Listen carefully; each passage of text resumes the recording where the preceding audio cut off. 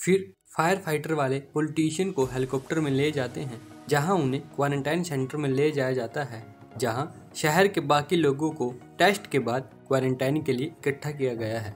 दूसरी तरफ शहर में मार्शल लॉ लागू हो जाता है, जिसके कारण इंटरनेट और मोबाइल सिग्नल को बंद कर दिया जाता है। इधर चियोंग चाकू से बच जाता है और बुली बॉय से भागते हुए लाइब्रेरी में पहुंच जाता है और वहां ज़ॉम्बी से लड़ता रहता है। उसके पीछे बुली बॉय भी पहुंच जाता है और उससे फ़ोन छीनने की कोशिश करता है। चियोंग बचने के लिए उसकी आंख में फ़ोन मार देता है और उसे ज़ॉम्बीज़ के पास फेंक देता है और लाइब्रेरी से भाग जाता है। चियोंग भागता हुआ पाइप में घुस जाता है और मदद के लिए फ़ोन करता है, पर नेटवर्क ना होने के कारण वो फ़ोन नहीं कर पाता। चियोंग अपने साथियों के पास पहुंच जाता है, जहां जो उससे चियोंग के बारे में पूछती है वो बताता है कि स्टाफ रूम में वो दोनों अलग हो गए थे। जो बोलती है कि हमें चियोंग को ढूंढना होगा। उसके दोस्त बोलते हैं कि हम ड्रोन की हेल्प से उसे ढूंढ सकते हैं, लेकिन ड्रोन के कुछ पार्ट सप्लाई रूम में रखे होते हैं, जिसे लेने के लिए जो और उसका एक दोस्त जाते हैं। अब चियोंग उस पाइप से बाहर निकल जाता है और इंस्ट्रूमेंट रूम में पहुंच जाता है। उसी रूम में वो कुमीनी चुड़ैल भी छिपी होती है। दूसरी तरफ जो और उसका दोस्त सप्लाई रूम में पहुंच जाते हैं और सामान लेकर वापस आ जाते हैं। वो ड्रोन के पार्ट्स जोड़कर स्कूल में चियोंग को ढूंढते हैं और उन्हें वो म्यूजिक रूम में मिल जाता है। चियोंग को ढूंढने के बाद वो ड्रोन को शहर की हालत जानने के लिए स्कूल से बाहर भेजते हैं, जहां से एक लड़के जिमिन को पता चलता है कि उसको बचाने के लिए आए उसके मम्मी पापा ज़ॉम्बीज़ बन चुके हैं। ये देखकर सब दुखी हो जाते हैं। इधर तीर कमान वाले लड़की लड़का और बाथरूम में छुपे हुए लड़की लड़का बाथरूम से निकल जाते हैं और इधर उधर घूमते रहते हैं। वो तीर कमान वाली लड़की के भाई को ढूंढ रहे होते हैं। दूसरी ओर दो पुलिस वाले मिस्टर ली का लैपटॉप लेने के लिए स्कूल की तरफ बढ़ते हैं, जहां ज़ॉम्बीज़ उन पर हमला कर देते हैं और वो लोग वहां से भागकर एक रेस्टोरेंट में छिप जाते हैं, जहां उन्हें एक लड़की मिलती है जो ज़ॉम्बी बन चुकी है और उसने खुद को दरवाजे से बांधा हुआ है। पास ही टेबल पर उसका बच्चा पड़ा होता है, जिसे पुलिस वाले देख लेते हैं। दूसरी तरफ बुली लड़के को होश आ जाता है और उसे पता लगता है कि ज़ॉम्बीज़ उसे काट नहीं पा रहे। आँख में चोट लगने के कारण ज़ॉम्बीज़ उस पर अटैक नहीं कर पा रहे। वो ये बात समझकर चियोंग को मारने के लिए निकल पड़ता है। फिर मिस्टर ली का फ्लैशबैक दिखाया जाता है, जिसमें मिस्टर ली कहते हैं उसने इस वायरस का नाम जोनस वायरस रखा है।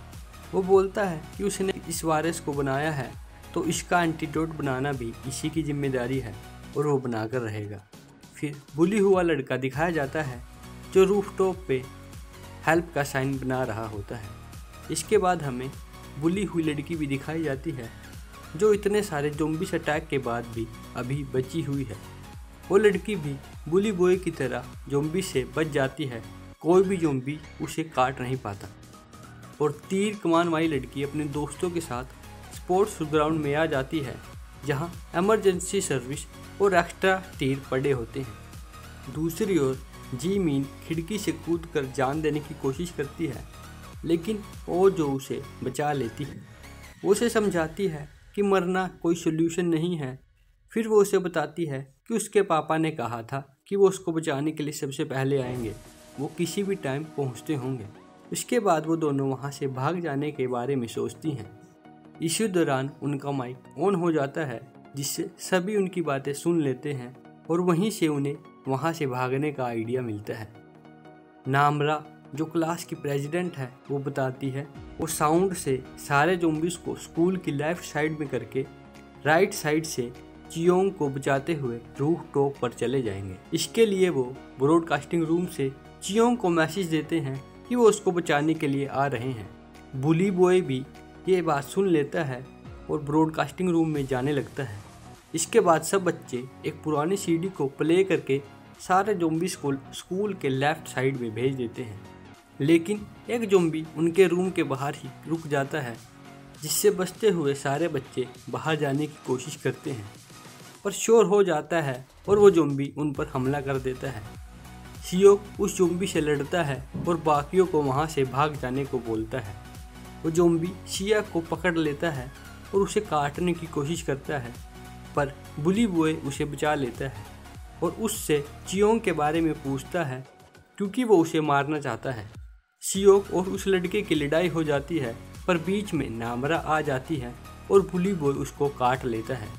इसके बाद सियोक बुली बॉय को धक्का देकर खिड़की से बाहर फेंक देता है और वो म्यूजिक रूम में पहुंच जाते हैं।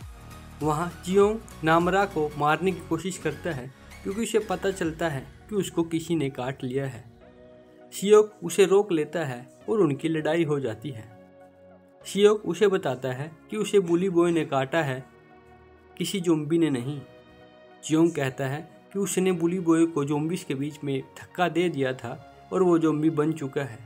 इसके बाद सियोक नामरा को अपने हाथ से बांध लेता है ताकि वो किसी और पर हमला ना कर सके। दूसरी तरफ पुलिस वाले छोटे बच्चे को लेकर हेडक्वार्टर जाने लगते हैं, लेकिन बाहर जाते ही उन्हें छोटी बच्ची मिलती है जिसे बचाते हुए वो वापस रेस्टोरेंट में छिप जाते हैं।